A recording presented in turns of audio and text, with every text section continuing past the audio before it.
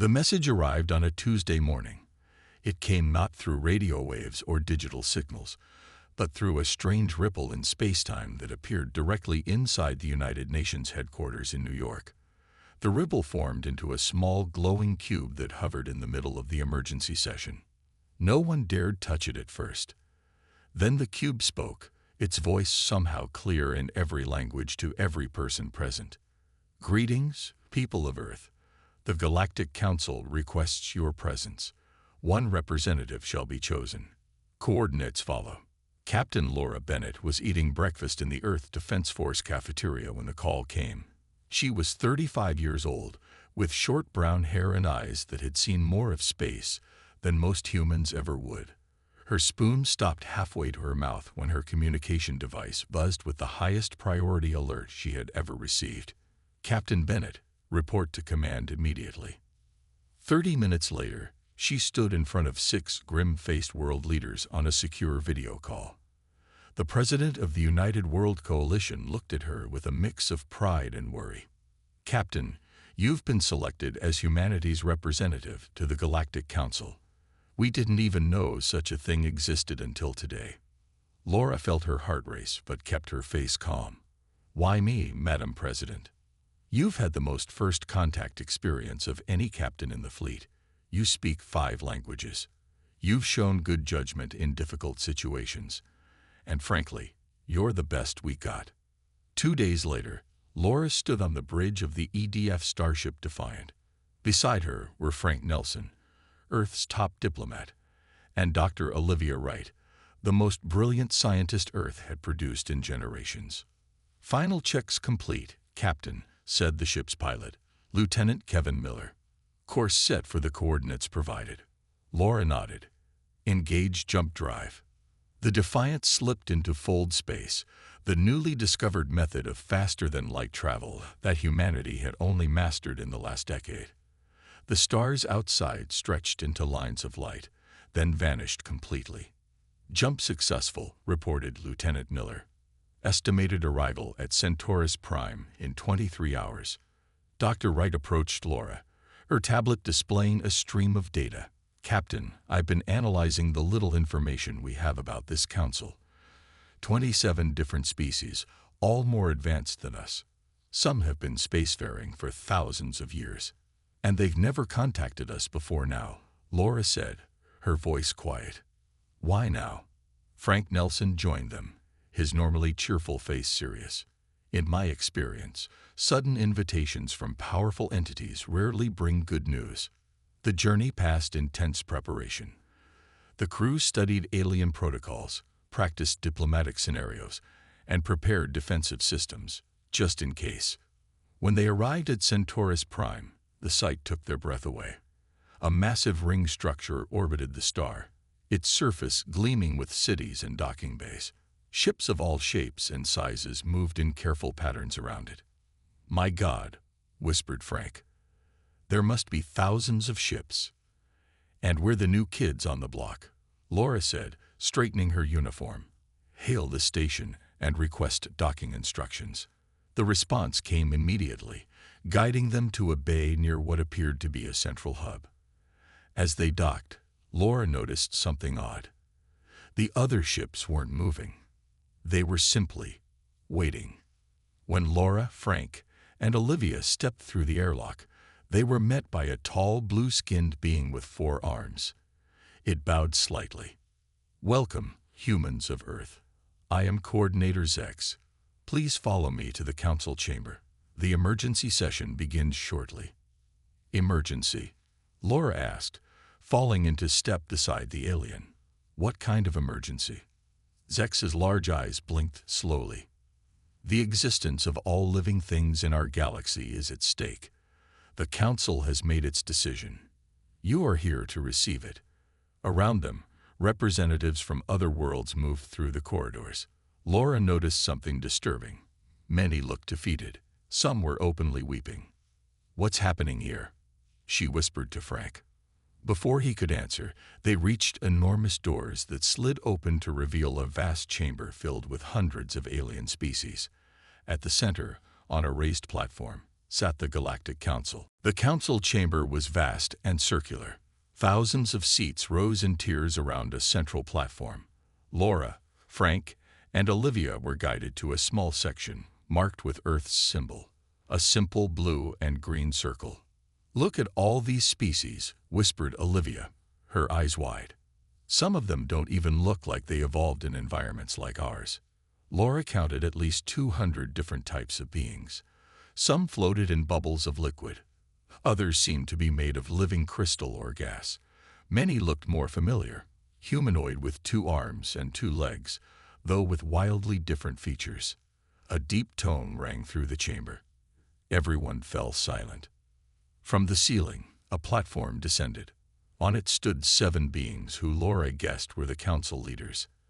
At their center was a tall figure with skin like polished silver and eyes that glowed with an inner light.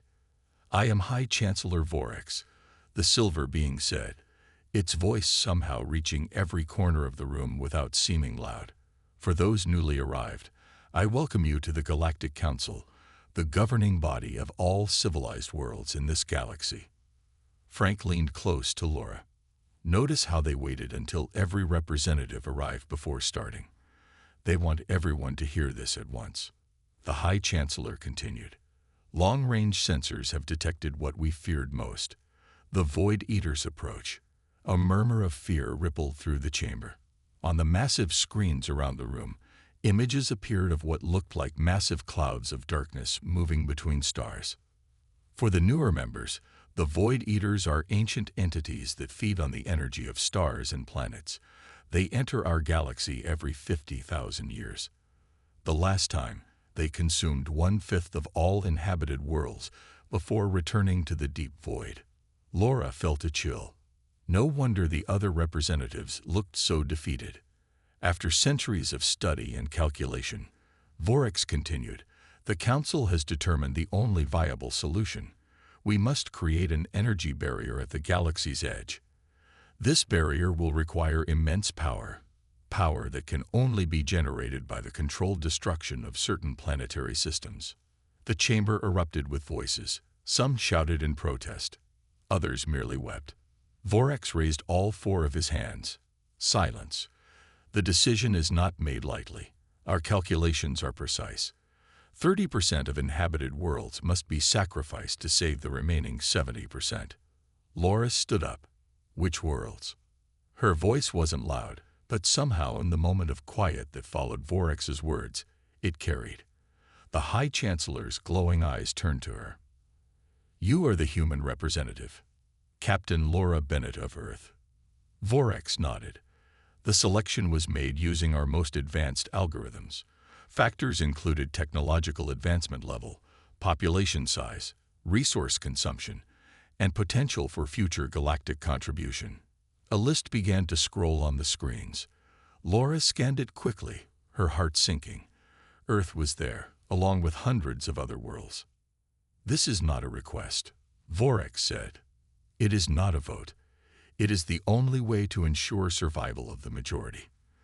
The sacrifice worlds will be evacuated to the extent possible, but many will need to remain to manage the controlled energy release." Frank gripped Laura's arm tightly. "They're talking about destroying Earth, with people still on it." Olivia was rapidly taking notes on her tablet. "The math doesn't add up," she whispered. "These calculations assume certain properties of these Void Eaters that I'm not seeing evidence for in the data they're showing." Laura stepped into the aisle. "Earth rejects this plan," she said, her voice firm and clear. The chamber went silent again. Vorax stared at her. "There is no rejection," he said. "There is only compliance. The Council has decided." "Then the Council is wrong," Laura replied. "There must be alternatives." "There are none," Vorax said. "Council security will escort all representatives from sacrifice worlds to comfortable quarters. You will assist in planning orderly evacuations. Resistance would be regrettable." As if on cue, large beings with armor and weapons appeared at various exits. Laura saw guards moving toward her section. "What do we do?" Frank asked quietly. Laura's eyes narrowed. "We find another way." Humanity doesn't accept no-win scenarios. The council guards moved quickly through the aisles. They carried weapons that looked like short staffs with glowing tips. Laura pressed a small button on her wrist device. It was a signal to the Defiant that things had gone wrong. She and her team had planned for trouble, though not this kind. "Follow me," she said to Frank and Olivia. "Stay calm, but move quickly." As they walked toward a side exit, Laura noticed others doing the same. Representatives from worlds on the sacrifice list were trying to leave. Some were being stopped by guards. A tall, thin being with green skin and large eyes hurried beside them. "You are from Earth?" it asked in a whispered voice. "Yes," Laura answered carefully. "I am Zlend from Trax 4, also on the list. We should help each other." Before Laura could answer, a guard stepped in front of them. Representatives must return to their seats for processing. Frank stepped forward with his most charming smile. "Of course, we're just looking for the restroom facilities. New to the station, you understand." The guard's 4 eyes narrowed. "Return now." Laura saw no choice. She used the close combat move she had practiced for years, a quick strike to what she hoped was a vulnerable spot. The guard stumbled back, surprised but not badly hurt. "Run," she shouted. They sprinted down the corridor with Zlend beside them. Alarms began to sound throughout the station. "This way," Zlend said, pointing to a maintenance tunnel. "I studied the station schematics before arrival." They crawled through the narrow space as shouts echoed behind them. Olivia's tablet beeped. "The Defiant reports multiple council ships moving to block the docking bay," she said, her voice tight with worry. "We need to get to our ship," Laura said. "It's our only chance." They emerged into a service area. 2 more aliens were there, looking equally desperate. "Nebulon delegation," one said, its voice a musical hum. "Our world is also condemned. We wish to join you." Laura nodded. "The more the better. We need to reach Docking Bay 7. They moved through service corridors, avoiding the main halls. Twice they had to hide from patrols. Once, they had to find another route when a security lockdown sealed a passage. "Captain," Olivia said as they paused to catch their breath. "I've been reviewing the Council's data. There are major flaws in their analysis. The Void Eater's patterns don't match their historical records." "Can you prove it?" Laura asked. "I need more time and data, but yes, I think so." Frank's eyes lit up. "That's our angle. We're not just running from the Council's decision. We're finding a better solution." They reached a service lift that would take them to the docking level. As the doors opened, they faced 3 guards. In the fight that followed, Laura was grateful for her military training. The Nebulons turned out to be surprisingly strong. They disabled the guards without killing them and continued on.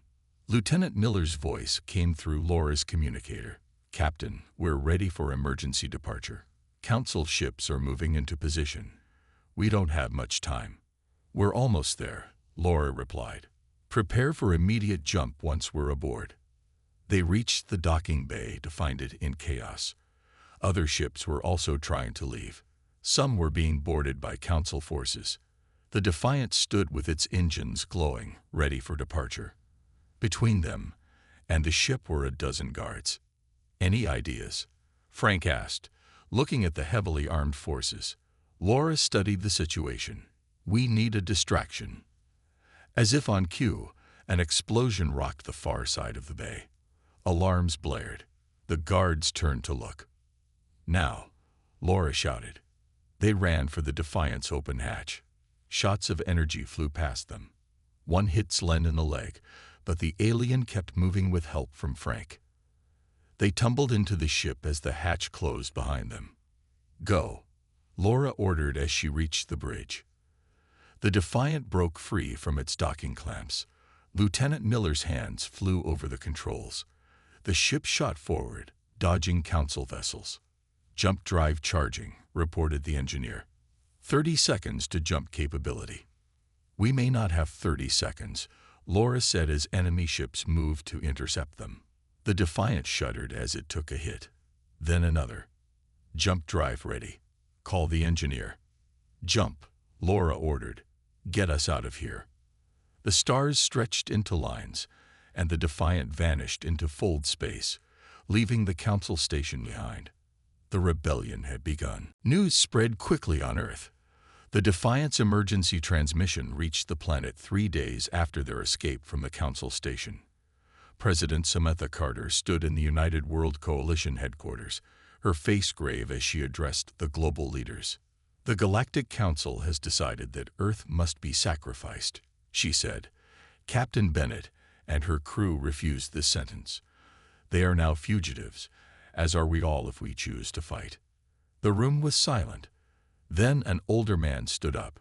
He was Jack Reynolds, the Secretary of Defense. "There is no choice to make," he said firmly.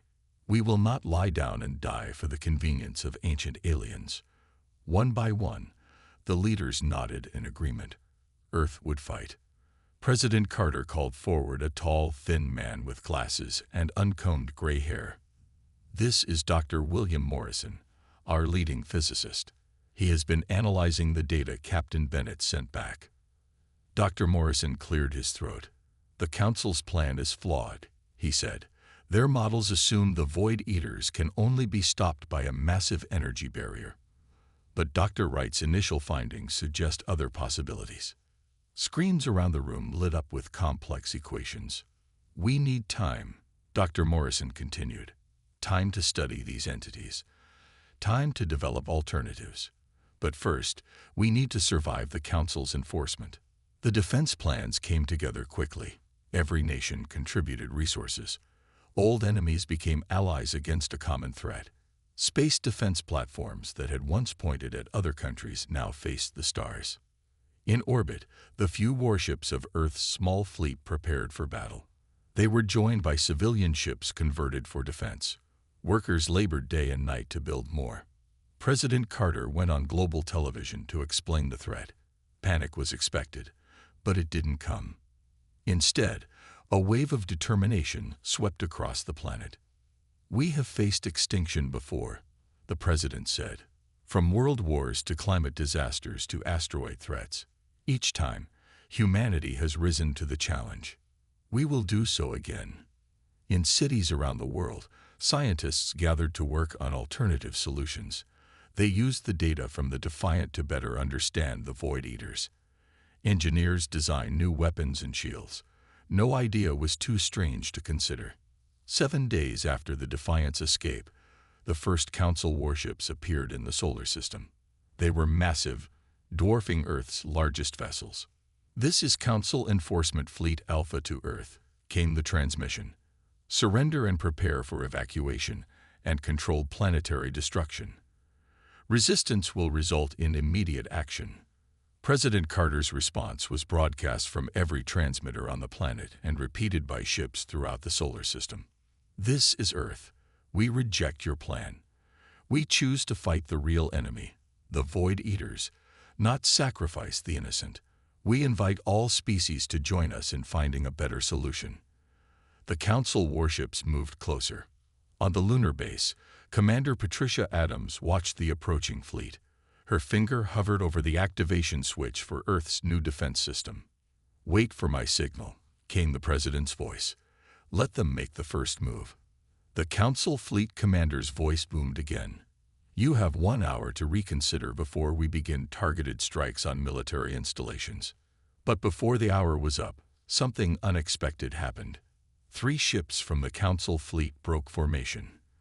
Then 5 more. They moved to positions alongside Earth's defenders. "This is Captain Krill of the Voltar," came a new voice. "My world is also on the sacrifice list. We stand with Earth." More ships joined them, some from worlds on the list, others from Council species who disagreed with the plan. The Council fleet commander's voice came again, this time with noticeable anger. "Traitors, you doomed the galaxy with your defiance." "No," President Carter replied. "We save it by refusing to accept defeat. Humanity has a message for both the Council and the Void Eaters. We will not go quietly. We will not be sacrificed. We choose to fight. The first shots were fired moments later. The battle for Earth had begun. The Defiant emerged from fold space near a small, unremarkable star system far from major travel routes. Captain Laura Bennett had chosen this location as a meeting point for other ships that escaped the Council's control. "Status report," Laura said as she entered the bridge. Lieutenant Miller looked up from his station. 15 ships have arrived so far, Captain. 5 more expected within the day. Laura nodded. The rebellion was growing faster than she had hoped.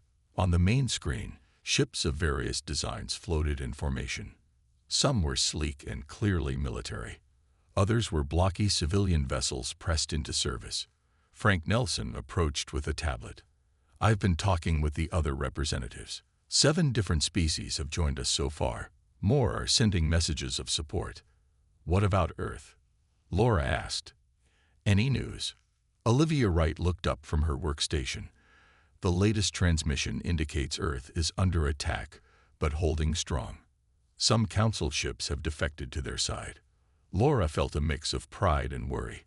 Earth's defenses were new and untested against advanced alien weapons. "We need to do more than just gather ships," she said. "We need information. The Council has been hiding something." Commander Eric Daniels stepped forward. He was a tactical officer with a reputation for bold plans. "I have an idea," he said. "The Council's main archive station orbits Proxima Centauri. It's lightly defended since it's considered a neutral scientific zone." Laura understood immediately. A raid on the archives. Can we pull it off? Eric smiled. With the right team and the right approach, yes. The plan came together quickly.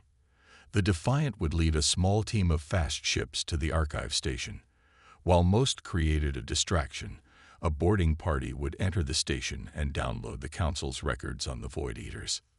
The mission was risky, but they needed answers. Why was the Council so quick to sacrifice worlds? Were there truly no alternatives? 2 days later, the Defiant dropped out of fold space near Proxima Centauri. 4 other ships followed close behind. "Station in visual range," reported Lieutenant Miller. The archive station hung in space like a giant disk with a central sphere.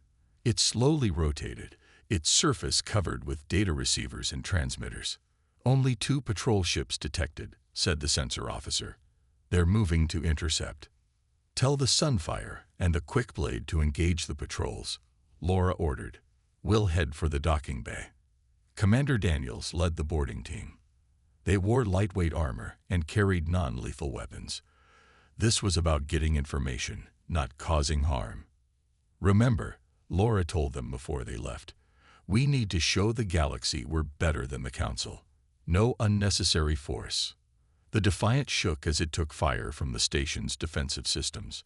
They were weaker than expected, designed to deter pirates, not repel a coordinated attack. The boarding team entered through a maintenance airlock. Inside, they faced only light resistance from security officers who seemed confused by the attack. Eric led them straight to the central data core. Olivia had provided a bypass code obtained from a sympathetic Council scientist. "We're in," Eric reported over the comm. "Downloading files now." Laura watched the battle outside with growing concern. More Council ships would arrive soon. They needed to finish quickly. "Download at 80%, Eric reported. "Wait. I found something strange. There's a sealed file about the last appearance of the Void Eaters. It's marked with the highest security classification." "Can you open it?" Laura asked. "Working on it." "Got it." There was a long pause. When Eric spoke again, his voice was filled with shock. "Captain, you need to see this. The Council has known about the Void Eaters for over 3,000 years. They'd been preparing for this moment for centuries." "Then why sacrifice worlds now?" Laura asked. "Because they're not planning to stop the Void Eaters," Eric said.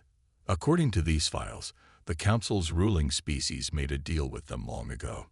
Sacrificial worlds in exchange for the safety of their own planets." Laura felt cold anger rise within her. The Council wasn't trying to save the galaxy. They were feeding parts of it to monsters to protect themselves. "Download everything," she ordered. The galaxy needs to know the truth. The truth spread like wildfire across the galaxy. Captain Laura Bennett made sure the stolen council files reached every world with communication technology. The response was immediate and powerful. More ships joined the rebellion each day. Council authority began to crumble on dozens of worlds. The Defiant had returned to Earth, where Laura now stood in a large conference room filled with scientists from around the world. Dr. Olivia Wright and Dr. William Morrison led the meeting. The Council's plan was never the only option, Olivia explained, pointing to charts on the wall screens. With the complete data we now have, we can see that the Void Eaters have a specific energy signature. Dr. Morrison stepped forward. They don't just eat anything. They feed on very particular energy wavelengths. That's why the Council selected those specific planets for sacrifice. Laura looked at the gathered minds. So what's our alternative? Olivia smiled. We create a targeted energy field. Instead of sacrificing entire planets, we use their defense systems to generate a field that disrupts the Void Eaters' feeding process. The room filled with excited chatter. Scientists began to scribble notes and discuss possibilities. An older scientist raised her hand. This would require unprecedented cooperation. Every planet would need to synchronize their defense grids. Exactly, said Dr. Morrison. It's technically difficult but possible. No sacrifices needed. Laura thought about the challenge ahead. The Council will say it's impossible. They already are, Frank Nelson said as he entered the room. I just received word from our allies in the Council. When presented with this alternative, the High Chancellor dismissed it immediately. Laura wasn't surprised. Of course they did. It threatens their power and exposes their lies. The work began immediately. Earth scientists collaborated with experts from other worlds. They called their plan Project Shieldweb. It would create an energy network spanning the entire galaxy, with each planet serving as a node. 2 weeks later, Laura stood on the bridge of the Defiant as it orbited a planet called Xenon. They were installing synchronization equipment on each allied world. Captain called Lieutenant Miller from his station. Large fleet approaching. Council signatures. Laura tensed. Battle stations. How many ships? At least 30. Heavy warships. The odds weren't good. The Defiant was accompanied by only 5 other ships. Can we run? Laura asked. They're blocking our jump vectors, Miller replied. They've been waiting for us. Laura made a quick decision. Send a message to Earth. Tell them to continue with Project Shieldweb, no matter what happens here. The Council ships moved into attack formation. The view screen lit up with the face of a Council commander. Captain Bennett, the alien said, you are charged with treason against the Galactic Council. Surrender now. Laura stood tall. We both know who the real traitors are, Commander. The files we found revealed the truth about your deal with the Void Eaters. The commander's expression didn't change. Those ancient arrangements ensured the survival of worthy civilizations. The strong survive. The weak provide sustenance. It is the way of the universe. Not our universe, Laura replied. Not anymore. The battle that followed was brief but fierce. The Defiant and its allies fought well, but they were outnumbered. Damage reports flooded in. Shields were failing. Just as all seemed lost, new ships appeared. Dozens of them, then hundreds. They dropped out of fold space all around the Defiant. We're receiving a transmission, called the communications officer. A familiar face appeared on screen. It was Captain Krill, the Council captain who had defected to Earth's side. Sorry we're late, he said with a smile. It took time to gather everyone. The Galactic Defense Initiative is here to help. The Council fleet, now badly outnumbered, retreated. The rebellion had become a full-fledged alliance. Beings from across the galaxy had united behind humanity's refusal to accept sacrifice as the only option. Laura looked at the fleet surrounding them and felt hope rise within her. They had a chance now, a real chance to save everyone. Time was running out, The long-range sensors detected the approach of the Void Eaters. They moved between stars like living shadows, leaving dead systems in their wake. On Earth, Dr. Morrison worked day and night. The main control center for Project Shieldweb filled an entire mountain. Engineers and scientists from 50 different species crowded the room, all focused on the same goal. The network is at 70%, Dr. Morrison reported to President Carter. We need at least 90 to have a chance of success. The president looked tired but determined. How much longer? 3 days, maybe 4. The Void Eaters will reach the outer systems in 5. It was going to be close. Too close. In orbit, Captain Laura Bennett coordinated the defense fleet. The Galactic Defense Initiative now numbered over 1,000 ships. They were positioned to protect key planets in the Shield Web network. Captain called Lieutenant Miller. Council ships approaching. A lot of them. Laura looked at the tactical display. The Council had gathered its main fleet. Nearly 2,000 warships were heading straight for Earth. They're going to try to stop us, she said. They'd rather stick to their deal with the Void Eaters than risk our plan. The Defiant and its allies moved to intercept. This would be the largest space battle in galactic history. Laura opened a channel to all ships. This is Captain Bennett.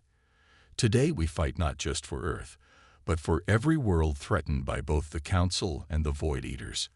Remember what we're fighting for, a future where no one gets sacrificed. The two fleets met in the space between Mars and Jupiter. Energy beams and missiles filled the void. Ships exploded into clouds of debris. The battle was chaotic and deadly. On Earth, workers rushed to complete the shield web. Each minute brought reports of more planets joining the network. 80%, 85. The countdown to the Void Eaters' arrival continued relentlessly. The Council fleet pushed forward, trying to reach Earth. Laura's ship took heavy damage but kept fighting. All around her, allies did the same. We can't hold them much longer, Frank Nelson said from his damaged station on the bridge. Laura knew he was right. They were losing too many ships. Then a message came from Earth. Dr. Olivia Wright's face appeared on screen, her expression excited despite a cut on her forehead. Laura, we've had a breakthrough. The shield web doesn't need to be at 90%. We found a way to amplify the effect with Earth's core as the main power source. Hope surged through Laura. How long? 1 hour to final calibration. But we need the Council fleet away from Earth. Their weapons could disrupt the power flow. Laura made a quick decision. We'll draw them away. Set course for the moon. Full speed. The Defiant and several other ships broke away from the battle, racing toward the moon. As Laura hoped, the Council fleet followed, thinking they were retreating. On Earth, Dr. Morrison entered the final calculations. The shield web control room hummed with energy. Power readings climbed to dangerous levels. All stations report ready, called an engineer. Dr. Morrison looked at President Carter, who nodded. Activate the shield web. Across the galaxy, thousands of defense systems came online at the same moment. Energy beams shot from planet to planet, creating a vast network of light. In space, the Council fleet suddenly found itself caught in a web of energy. Their weapons stopped working. Their ships could not move. Laura watched from the damaged bridge of the Defiant as Earth began to glow with power. The entire planet seemed to be surrounded by a blue halo that spread outward, connecting to other worlds. It's working, she whispered. At the edge of the galaxy, the Void Eaters encountered the shield web. The energy field disrupted their feeding patterns. For the first time in millions of years, the ancient entities found themselves unable to consume their prey. The Council High Chancellor's voice came through on all channels, filled with rage and fear. Stop this now. You risk everything with this untested plan. But it was too late. The shield web was fully active. Earth stood as the key power source, the linchpin holding the entire network together. The fate of the galaxy now rested on humanity's desperate gamble. The Void Eaters pushed against the shield web. Their massive forms twisted and writhed as they tried to break through. The entire galaxy watched through long-range sensors as the ancient entities met the combined defensive power of thousands of worlds. On the Defiant's damaged bridge, Laura held her breath. Everything depended on this moment. "Energy levels holding," reported Lieutenant Miller. "The shield web is working." Cheers erupted across the ship. Similar celebrations spread across the galaxy as news traveled through the network. The Void Eaters couldn't penetrate the targeted energy field. But the battle wasn't over. The Council fleet, now freed from the energy disruption, regrouped for another attack. "They're still coming," Frank said, watching the tactical display. Laura opened a channel to the Council flagship.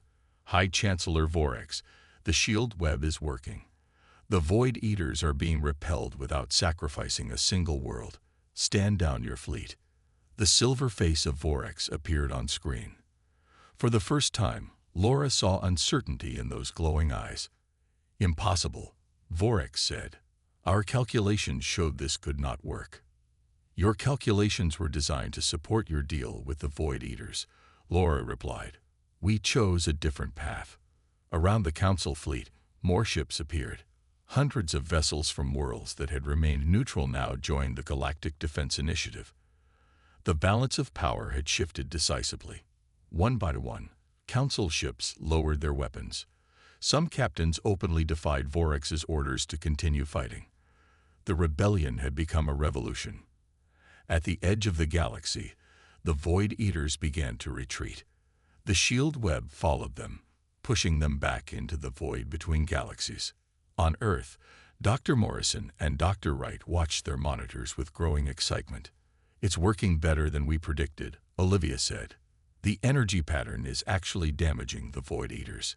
They're not just retreating, they're being repelled." President Carter turned to a communications officer. "Send word to all worlds. The threat is ending. We did it together." The shield web glowed brighter as more planets added their power to the network. The Void Eaters moved faster now, clearly trying to escape the energy field that caused them pain. Laura watched on the Defiant's view-screen as the dark entities shrank into the distance. Centuries of fear were ending before her eyes. "Captain," called the communications officer. "Incoming message from High Chancellor Vorex. He's requesting to speak with you and President Carter." Minutes later, Laura stood in the White House as a hologram of Vorex appeared before them. The once proud council leader looked diminished. "The council was wrong," Vorex said simply. "For thousands of years, we believed sacrifice was the only way. We made deals we should not have made." President Carter stepped forward. "What happens now?" "The old council is finished," Vorex replied. "Many worlds demand a new governing body, one that represents all species fairly." Laura felt a mix of satisfaction and caution. How can we trust any new council after what happened? "You cannot," Vorex admitted. "That is why many suggest that Earth should lead the new alliance. You prove that cooperation is stronger than sacrifice." 3 months later, representatives from over 500 worlds gathered in a new chamber built in orbit around Earth. The old council was gone, replaced by the Galactic Union, with each world having an equal voice. Laura, now Admiral Bennett, stood beside President Carter as they prepared to address the first meeting of the Union Assembly. "Did you ever think it would end like this?" President Carter asked quietly. Laura smiled. When the Galactic Council decided the fate of the galaxy, they never expected humanity to say no. That was their biggest mistake. President Carter nodded and stepped forward to the podium. The chamber fell silent. "Welcome to a new era of galactic cooperation," she began. "Today, we remember that no challenge is too great when we stand together. No problem is unsolvable when we refuse to accept defeat, and no power has the right to decide who lives and who dies." Laura looked out at the hundreds of different species, all united by a simple idea that began on Earth. Everyone deserves a chance to survive. Humanity had changed the galaxy forever by saying one simple word: no.